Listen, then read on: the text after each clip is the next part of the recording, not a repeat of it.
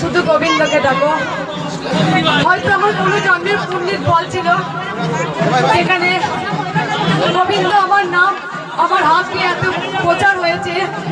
জয় কৃষ্ণ কালী মায়ের জয়। যিনি কৃষ্ণ তিনি কালী, যিনি কৃষ্ণ তিনি কালী। আমরা মায়ের গর্ভে থেকে প্রতিজ্ঞাবদ্ধ হতাম, গোবিন্দ তুমি আমাকে মানুষের জন্মগ্রহণ পাঠাচ্ছ, আমি তোমার প্রচার করব। কিন্তু আমরা এই ভাবেতে এসে কৃষ্ণ নাম বলতে ভুলিয়ে যাই। আবার গোটা পৃথিবী তছনছ হয়ে গেছে।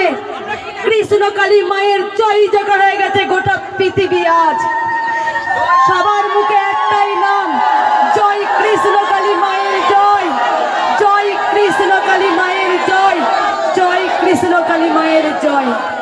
সব সময় ভক্তদের বলবো, ওগো মাকে ভালোবাসো, মা যে আমার জীবন, বিশ্বাস করো।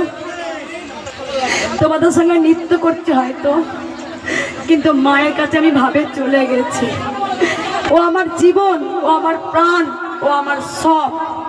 কৃষ্ণ কালী হয়তো আমার মাধ্যমে হয়তো এত প্রচার হয়েছে, গোটা পৃথিবীর আজকে জয় জয়কার হয়ে গেছে। তাই আজকে মায়ের বাৎসরিক পুজো। মা স্বয়ং আমাকে বলেছিলেন বৈশাখ মাসে এই দিনে আসবো। মা এই দিনে আগমন হয়েছেন। মায়ের হাইট কতটা মা নিজে বলেছিলেন। মা ছোট্ট বাচ্চা রূপে এসেছেন। মা নিজের নাম নিজে বলেছিলেন, আমার নাম দিবি কৃষ্ণ কালী।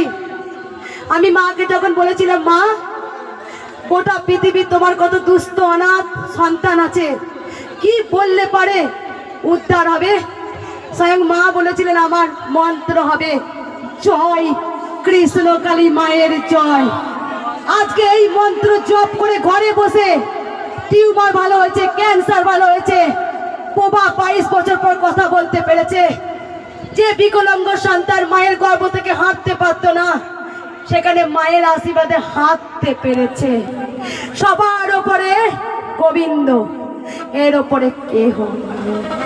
তাই গোবিন্দর নাম জপ করুন। জয় কৃষ্ণ কালী মায়ের জয়।